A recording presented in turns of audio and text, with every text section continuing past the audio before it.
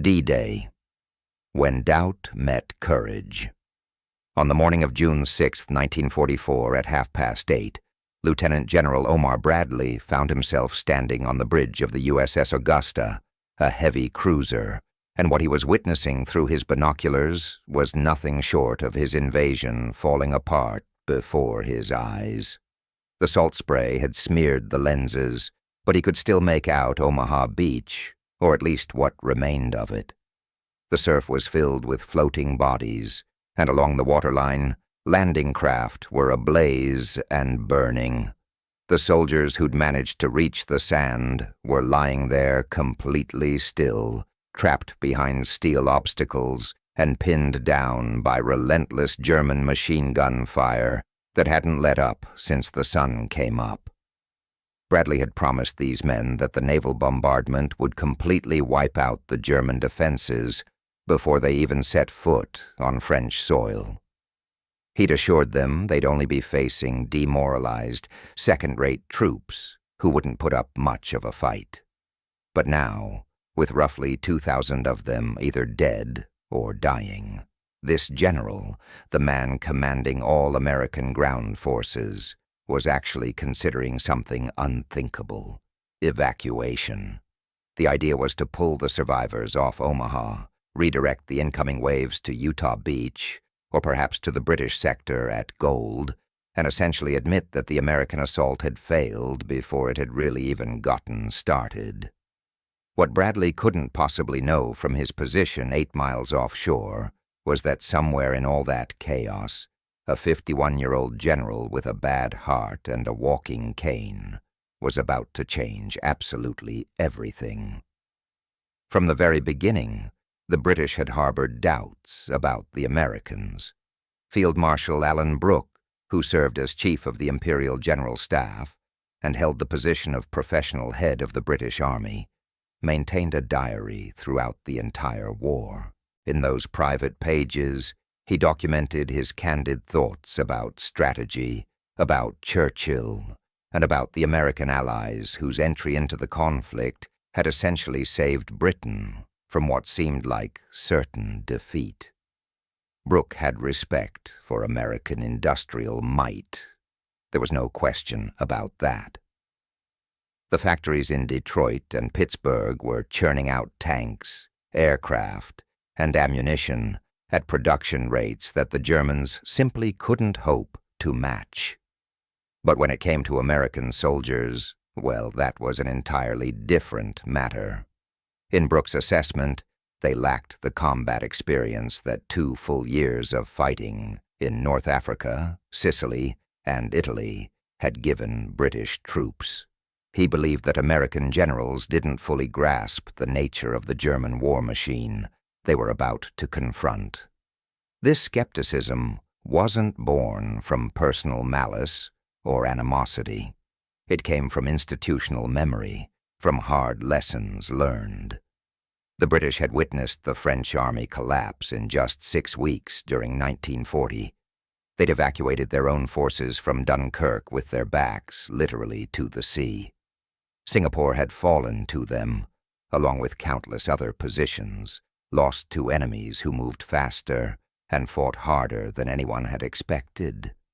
Caution had essentially become doctrine for them, and the Americans, with all their optimism, their abundance, and their soldiers who'd never faced a Wehrmacht division in open battle, seemed dangerously naive. Prime Minister Winston Churchill shared these exact concerns. As late as February 1944, which was just 4 months before the invasion was set to begin, he was still questioning the entire operation. "Why are we trying to do this?" he had demanded during meetings. He kept proposing alternatives: Norway, the Mediterranean, the Balkans, anywhere but a direct assault on what was the most heavily fortified coastline in the entire world. The British preference leaned toward attrition, wearing the Germans down through sustained bombing, through peripheral campaigns, through letting the Soviets bleed the Wehrmacht on the Eastern Front. Only after German strength had been sufficiently reduced should the Allies risk a cross-channel invasion, in their view. The Americans, however, disagreed completely. General George Marshall, who served as the U.S. Army Chief of Staff, wanted concentration of force at the decisive point. His philosophy was straightforward: hit the enemy where it hurts most, end the war quickly, and stop the killing. This fundamental disagreement shaped absolutely every aspect of the invasion planning. The British wanted more time, more preparation, more certainty before they moved. The Americans wanted action, and they wanted it now. In the end, it was actually Stalin who broke the deadlock. At the Tehran Conference in November 1943, the Soviet leader joined Roosevelt in demanding a firm date for the invasion. Churchill, finding himself outnumbered, reluctantly agreed. May 1944 was set as the date, though it was later pushed to June because of landing craft shortages. But even as that date approached, British doubts persisted and wouldn't go away. Would American troops actually perform when they came under fire? Would American generals make sound decisions when their carefully laid plans collapsed? Would these young men from Iowa and Texas and California have the discipline and the courage to take a fortified beach against veteran German defenders? June 6th would provide the answer to all these questions. The relationship between British and American forces in the months leading up to D-Day was complicated by both history and culture. British officers had been fighting continuously since 1939.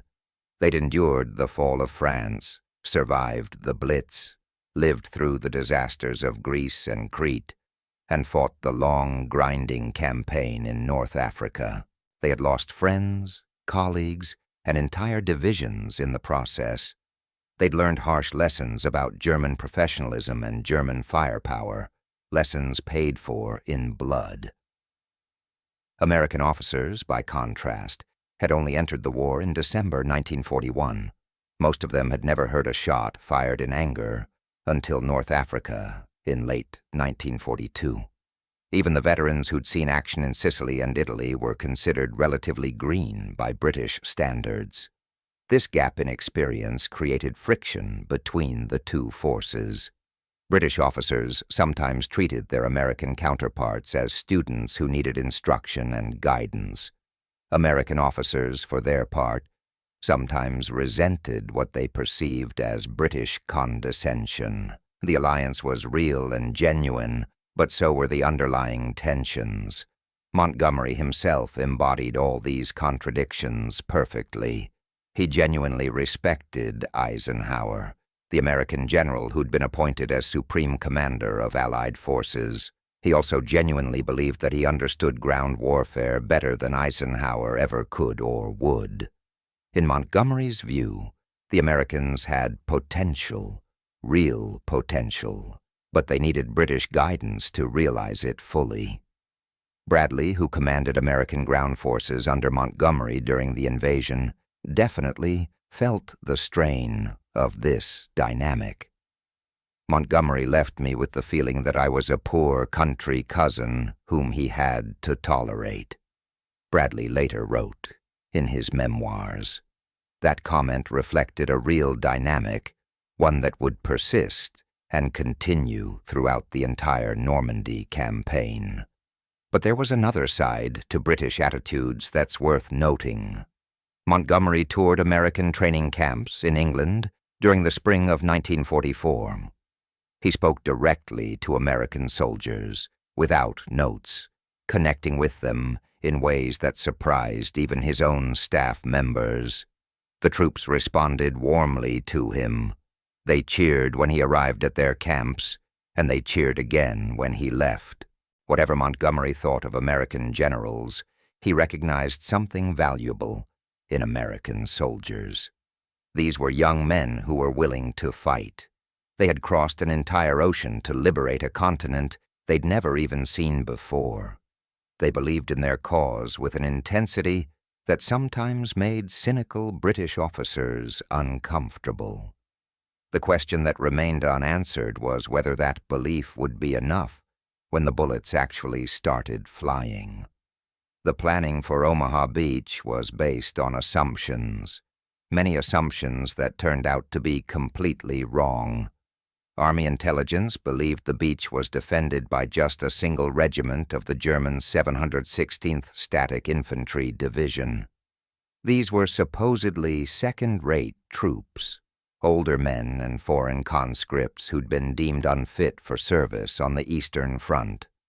The planners expected light resistance, nothing more. What they didn't know, what they couldn't have known, was that the German 352nd Infantry Division had moved into the area back in March. This was an entirely different kind of unit. These were younger soldiers with veteran officers and non-commissioned officers who'd been transferred from the Eastern Front, equipped with better equipment and possessing higher morale. The invasion plan also operated under the assumption that air and naval bombardment would absolutely devastate the German defenses before the first soldier even touched the sand. Heavy bombers would crater the beach, creating cover for the advancing troops. Naval guns would destroy the concrete bunkers that overlooked the waterline. Neither of these things happened as planned. Cloud cover on the morning of June 6th forced the heavy bombers to delay their bomb release to avoid hitting Allied ships.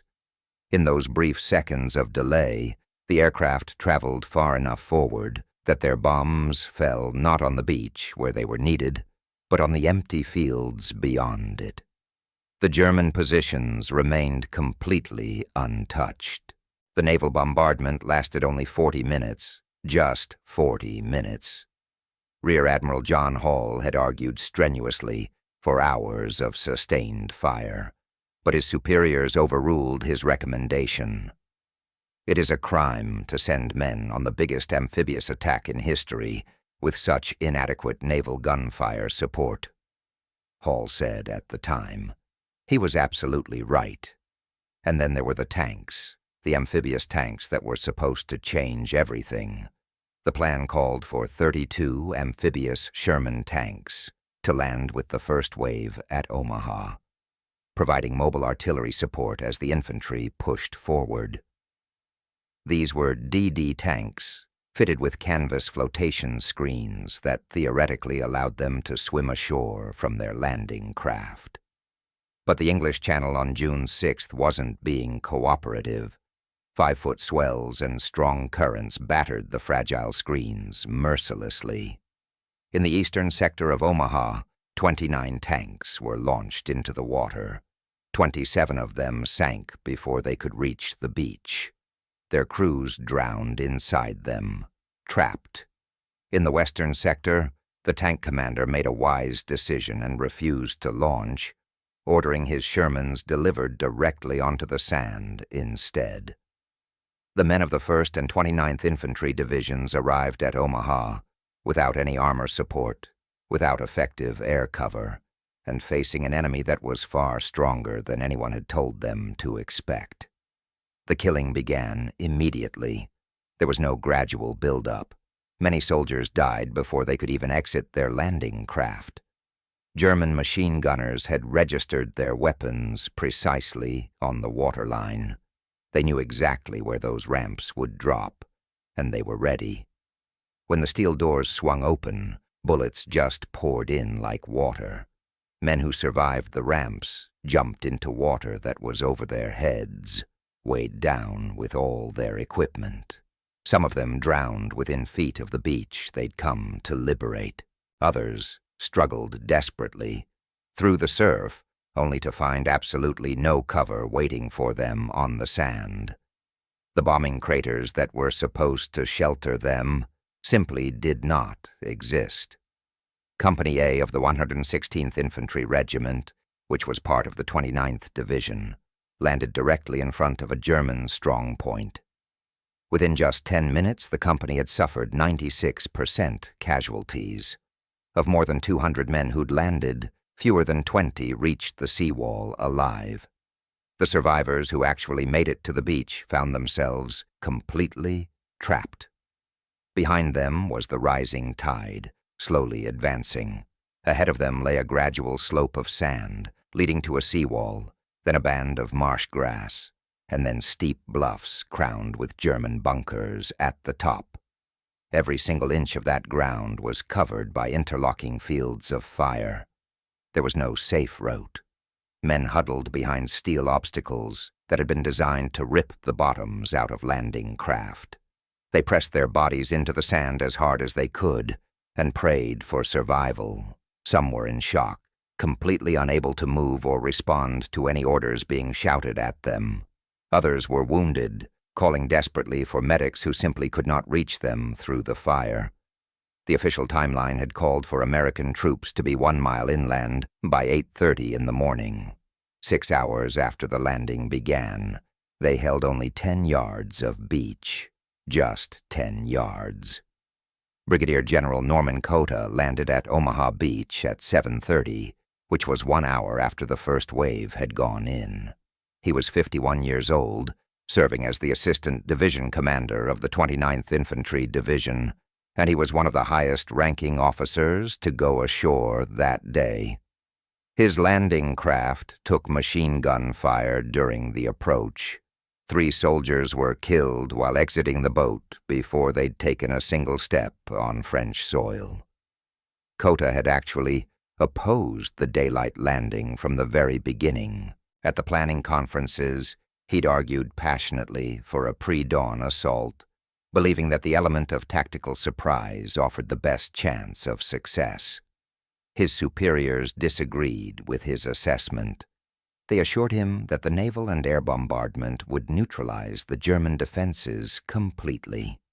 They told him the defenders would be outnumbered, inexperienced, and demoralized by the time troops landed. Cota's opposition wasn't just mere pessimism or caution. He had studied amphibious operations extensively throughout his career. Before D-Day, he'd served as the American advisor to the Combined Operations Division in the European theater.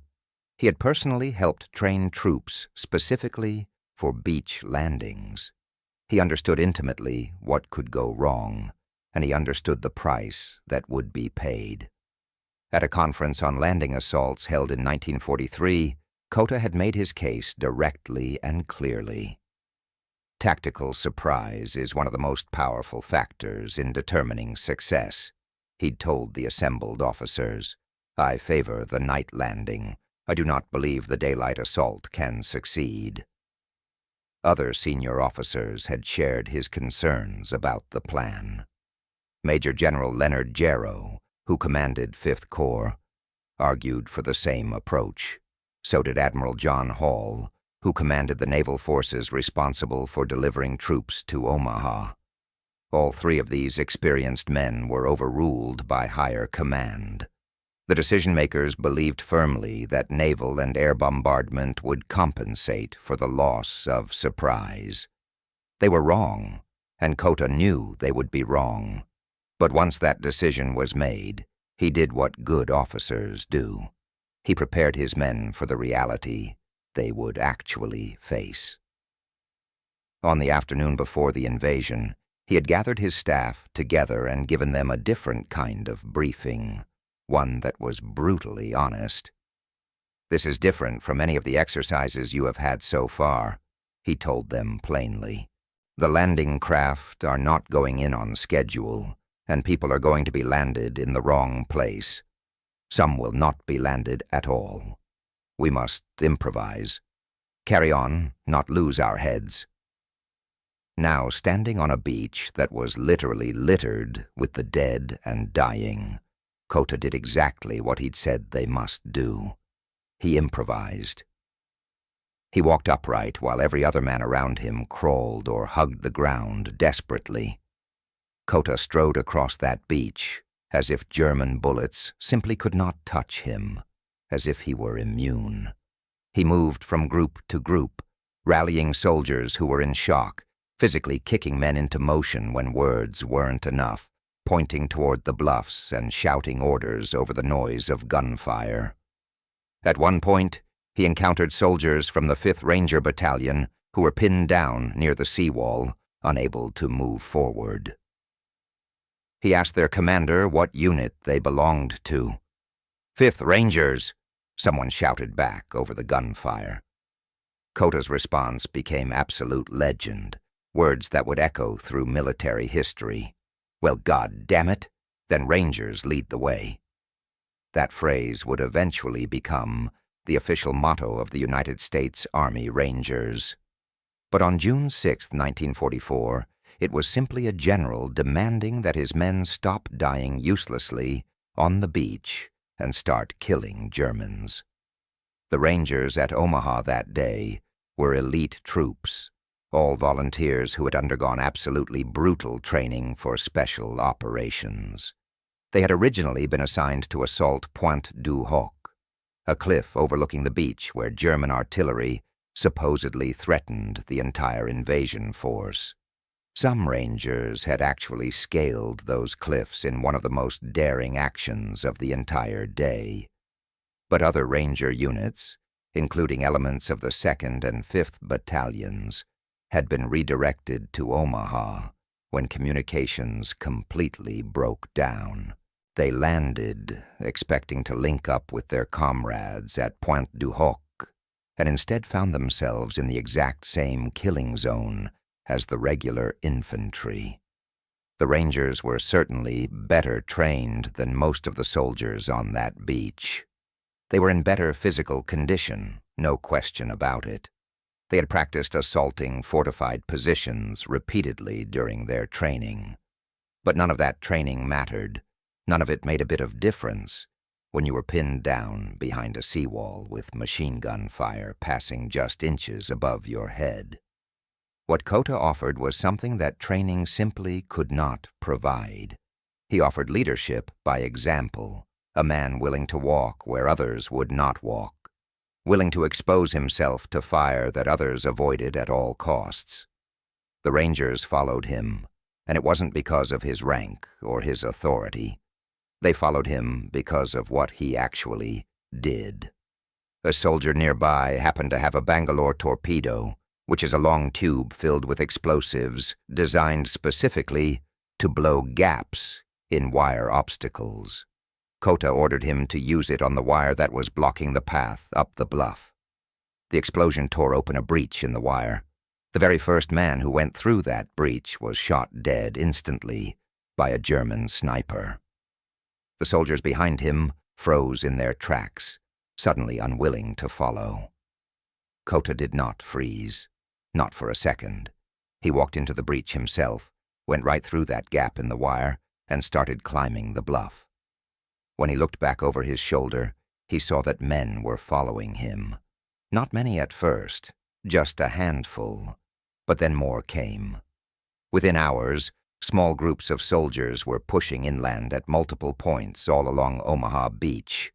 They didn't follow the carefully planned invasion timetable because that invasion plan was effectively dead and buried. They followed sergeants and lieutenants and even privates who simply decided that moving forward was better than dying in place. Colonel George Taylor of the 16th Infantry Regiment summarized the situation with brutal clarity that cut through all the confusion. "There are two kinds of people who are staying on this beach," he told his men plainly. "Those who are dead and those who are going to die. Now let us get the hell out of here." By late afternoon, the beach was no longer just a killing field where men died helplessly. It was a beachhead, narrow, fragile, purchased at a terrible cost, but undeniably real. The Navy had ultimately saved them when it mattered most. When Bradley was seriously contemplating evacuation, Rear Admiral Alan Kirk asked if the Navy could do anything to help break the stalemate that was developing. The answer turned out to be yes, absolutely yes. Destroyers that had pulled back after the initial bombardment returned to the beachfront, closing to within 800 yards of the shore. This was dangerously close, incredibly risky. The water was shallow there. The destroyers risked running aground and becoming sitting targets. They didn't care about the risk. Rear Admiral Carlton Bryant radioed a general message from the battleship USS Texas that captured the urgency perfectly. "Get on them, men. Get on them. They are raising hell with the men on the beach, and we cannot have any more of that. We must stop it." The destroyer captains responded with absolutely everything they had in their arsenals. They poured continuous fire into German positions on the bluffs, methodically targeting bunkers and machine gun nests that the aerial bombardment had completely missed. Some ships fired until their guns literally overheated and couldn't fire anymore. Others expended their entire ammunition supply in that single afternoon. Colonel Stanhope Mason, who served as Chief of Staff of the 1st Infantry Division, later credited the Navy with making survival itself possible. "I am firmly convinced that our supporting naval fire got us in," he said afterward. "Without that gunfire, we positively could not have crossed the beaches." But gunfire alone, as effective as it was, did not clear Omaha. Men cleared Omaha. Men like Cota and Taylor, and hundreds of unnamed sergeants and privates who simply decided to move forward.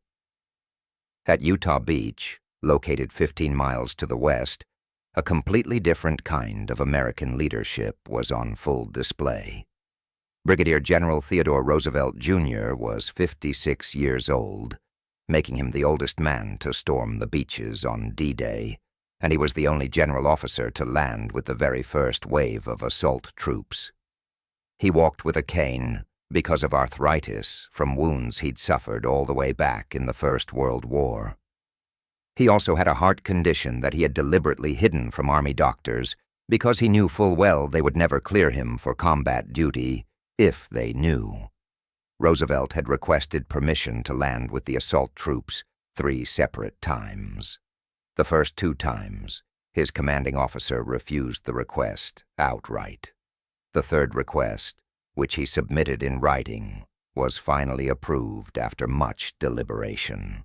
Major General Raymond Barton, the commander of the 4th Infantry Division, signed the paperwork fully expecting that Roosevelt would die on that beach. Roosevelt's written request explained his reasoning in terms that were hard to argue with.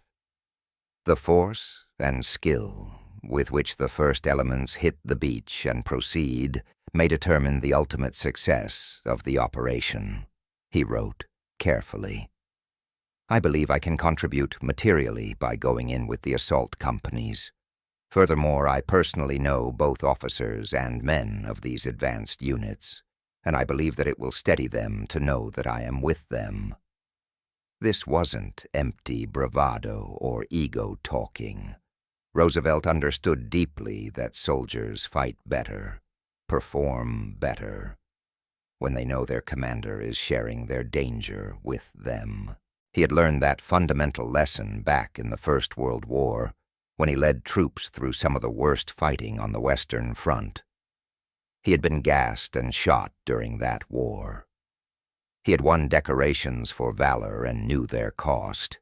He understood exactly what combat demanded from men. Between the wars, Roosevelt had pursued a political career with considerable energy. He served as Assistant Secretary of the Navy under President Harding.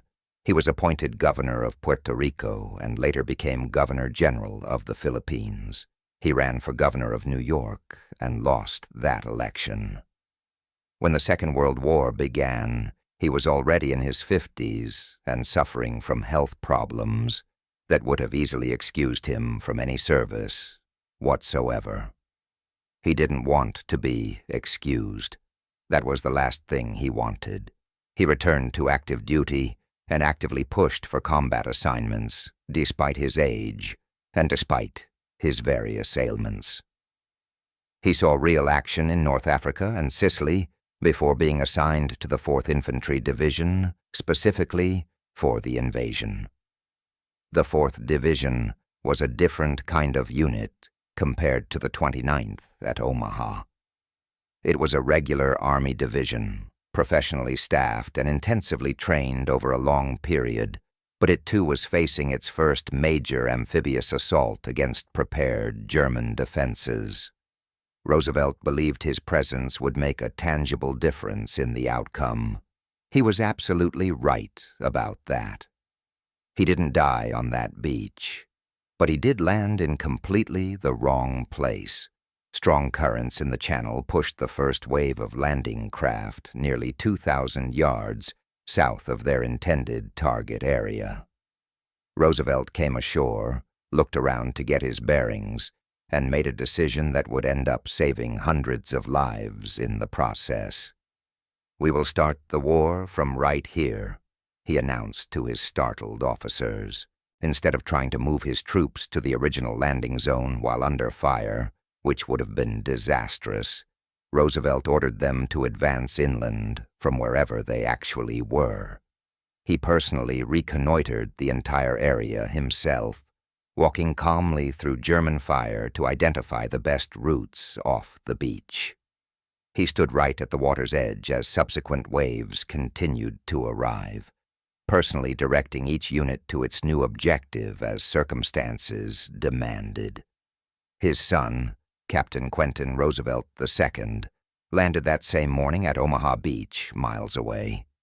They were the only father and son to both come ashore on D-Day, a unique distinction. Years later, General Omar Bradley was asked to name the single most heroic action he had ever witnessed in all his time in combat. He answered without any hesitation whatsoever: Ted Roosevelt on Utah Beach. Roosevelt received the Medal of Honor for his actions on June 6th, the highest military decoration. He died of a heart attack just 5 weeks later, still in Normandy, still with his men where he wanted to be. He never learned of the decoration that had been awarded to him. Field Marshal Bernard Montgomery commanded all Allied ground forces on D-Day. He was the most famous British general of the entire war, the hero of El Alamein, the man who had finally defeated Rommel in North Africa after years of trying. Montgomery had overseen the final planning for Operation Overlord from the beginning. He had expanded the invasion from 3 divisions to 5, insisting adamantly that the original plan was far too narrow in scope. He had visited American units stationed in England during the months before the invasion, speaking directly to troops and working to build their confidence. His popularity among American soldiers was genuine and not manufactured for show. But Montgomery was also watching June 6th with particularly close attention. The British beaches, gold and sword, were his primary concern, his responsibility. The Canadian landing at Juneau also fell under his direct command. American performance at Omaha and Utah mattered greatly to him because failure there would dangerously expose his own flank. The news coming from Omaha during the morning hours was deeply alarming to everyone monitoring the situation. Montgomery knew that Bradley was seriously considering evacuation of that beach. He also knew that pulling American troops off one beach and redirecting them to another would create the kind of chaos that could potentially doom the entire invasion. Montgomery had an alternative plan in mind if the worst happened. If Omaha failed completely and had to be abandoned, he considered the possibility of diverting American Fifth Corps through Gold Beach, filtering them through the British sector to maintain the overall advance. But that contingency option assumed British success on their own beaches, and on the British beaches, success was not yet certain by any means. Gold Beach was assigned to the British 50th Division, the Northumbrians. These were veterans of North Africa and Sicily, experienced soldiers who knew exactly what German fire sounded like. Their landing went considerably better than Omaha, but it certainly wasn't without significant cost.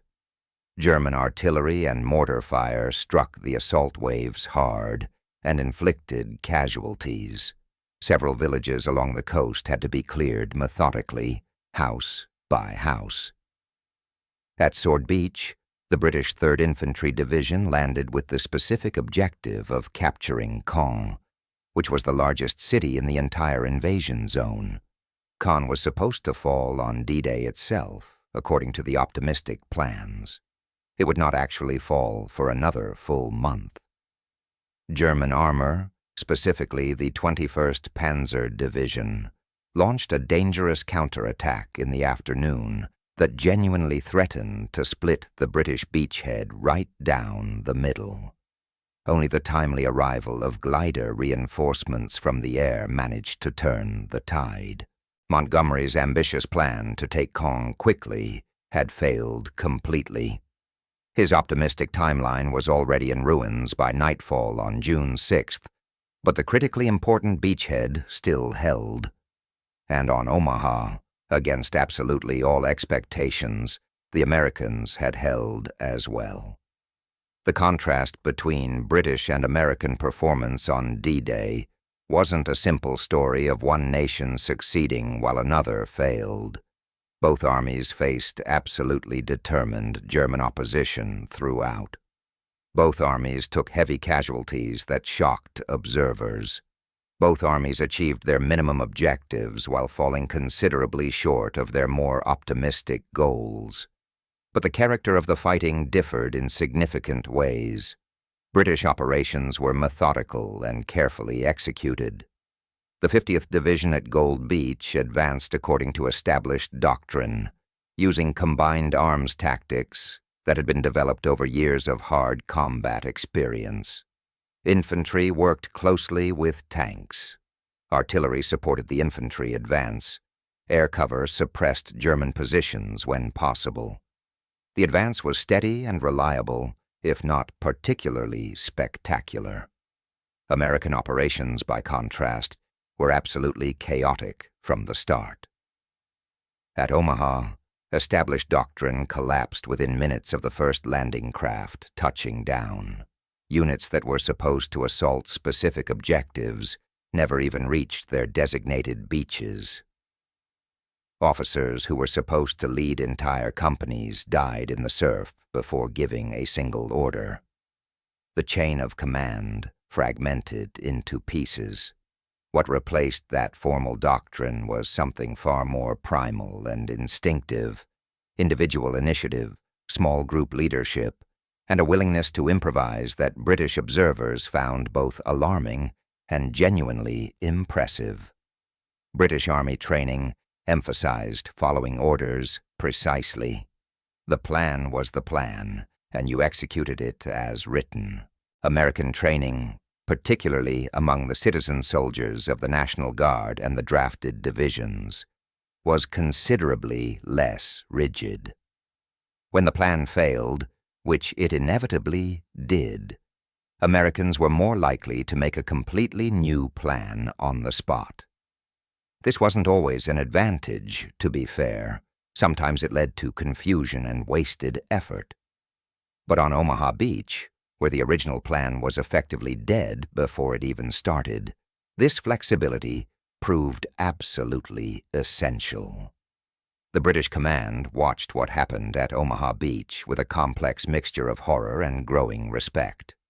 The 29th Infantry Division that landed at Omaha was a National Guard unit formed from the state militias of Maryland and Virginia. Many of its soldiers had never seen any combat whatsoever. By British standards, these were green troops, exactly the kind of inexperienced Americans that Brooke and others had worried about from the beginning. The division carried history with it wherever it went. Its nickname was the Blue and Gray, reflecting its origins in states that had actually fought on opposite sides during the American Civil War. Men from Baltimore served right alongside men from Richmond. The division symbol, a blue and gray yin-yang design, proclaimed boldly that old enemies could indeed become comrades. These weren't professional soldiers in the European sense of the word. They were clerks and farmers and factory workers who had joined the National Guard for extra money or family tradition or simple patriotism. They had trained together for years, first as weekend warriors, then as full-time soldiers, preparing for a war they knew was inevitably coming. Their training had been extensive, but it was not combat-tested in any way. They had practiced amphibious landings at Slapton Sands in England, a beach that had been chosen specifically because it resembled Omaha. They had rehearsed the assault plan dozens and dozens of times. They knew their objectives, their routes, their timing down to the minute. None of it, absolutely none of it, prepared them adequately for what they actually found on June 6th. The 1st Infantry Division, known as the Big Red One, was completely different in character. These were veterans of North Africa and Sicily who'd seen real combat. They had fought Germans before and survived. They knew exactly what incoming fire sounded like. They knew what it felt like to watch friends die right beside you. The 1st Division landed right alongside the 29th at Omaha. The plan assumed that their experience would stiffen the National Guardsmen, that veteran leadership would compensate for green troops. In practice, the veterans died just as fast as the newcomers did. The German machine gunners didn't check anyone's military records before pulling their triggers. Yet these supposedly green troops managed to do something remarkable that morning. Under fire that would have broken many veteran units, with their armor sitting at the bottom of the English Channel, with most of their officers dead and their carefully laid plans in complete shreds, they attacked. Not as a coordinated force executing some brilliant strategy, but as small groups of desperate men who simply refused to die lying down in the sand. What struck British observers most profoundly was the sheer stubbornness of the American assault, a flat refusal to accept defeat, even when defeat seemed like the most logical outcome. There was an almost irrational determination to keep fighting when any sensible army would have retreated to the boats. It wasn't elegant or graceful. It certainly wasn't by the book. But it worked. Montgomery himself, personally, pinned the British Distinguished Service Order on General Cota after the invasion was complete. The DSO was one of Britain's highest awards for gallantry, and it was very rarely given to foreign officers. The citation recognized Cota's leadership under intense fire, his critical role in rallying troops when all seemed lost, and his personal courage in leading men off that beach. This wasn't just a routine decoration or paperwork. This was the British military establishment officially acknowledging that an American general had performed with truly exceptional valor, that he had saved a critical moment in the invasion through pure force of will. Other British awards followed in the weeks and months after. American officers and enlisted men received decorations from the British government for their actions on D-Day. These awards were not mere paperwork exercises or diplomatic gestures. They represented genuine recognition from an ally that had entered the war deeply skeptical of American capabilities and emerged from June 6th with newfound respect. The German perspective confirmed what the British had observed firsthand. Defenders positioned on Omaha Beach reported genuine astonishment at American persistence. German soldiers in their bunkers watched wave after wave of landing craft deposit troops onto that beach. They watched Americans walk directly into murderous fire, watched them fall by the dozens, and then watched even more come right behind them. The attack made absolutely no tactical sense to the defenders from their perspective. Yet somehow the Americans just kept coming, kept pushing forward. The defenders at Omaha had prepared thoroughly for this moment. German engineers had planted literally thousands of obstacles in the tidal zone, steel hedgehogs specifically designed to rip open landing craft, wooden poles topped with mines, concrete barriers, iron gates. The beach was essentially a carefully constructed maze of death traps. Above the waterline, the Germans had constructed reinforced bunkers with interlocking fields of fire. Machine gun positions covered literally every possible approach. Mortar teams had registered their weapons on the most likely landing points. Artillery batteries stood ready to destroy anything that somehow survived the initial assault. The soldiers manning these defensive positions knew their jobs inside and out. Many of them had been transferred from the Eastern Front, where they had fought the Red Army in conditions even more brutal than anything Normandy could offer. They understood defensive warfare at a fundamental level. They understood how to kill men who were trying to kill them. Heinrich Severloh was one of those soldiers, a machine gunner with the 352nd Infantry Division. He was stationed at a position called Widerstands Nest 62, overlooking the Easy Red sector of Omaha Beach. On the morning of June 6th, he began firing at American soldiers who were wading desperately through the surf toward shore.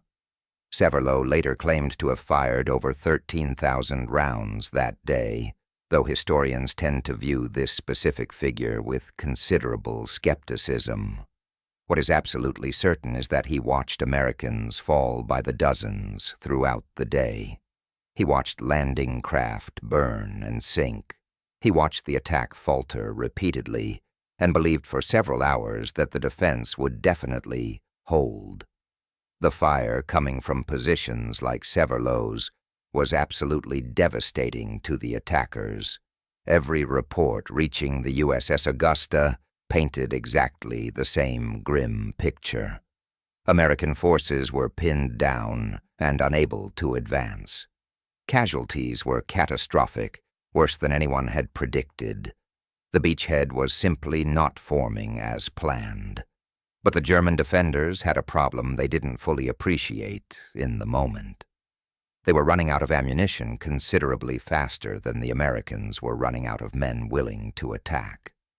German commanders had expected, based on all historical experience, that sufficient casualties would break the American assault. This was standard military logic that had held true in countless battles. Every army has a breaking point, a level of loss beyond which soldiers will simply no longer advance forward. The German defenders at Omaha inflicted casualties that should have reached that breaking point within the first hour of fighting. But that breaking point never actually came. Individual Americans broke under the strain, certainly. Entire units disintegrated completely. Men froze in terror or fled or died where they stood. But others immediately took their places. The attack continued forward, not because of superior strategy or overwhelming firepower, but because enough Americans simply refused to stop pushing. This refusal to quit had consequences that extended far beyond the immediate tactical situation on that beach. German morale, already strained by years of fighting on multiple fronts simultaneously, suffered a blow at Omaha that pure casualty figures simply cannot capture. The German soldiers positioned at Omaha were genuinely good troops. They were well positioned, well armed,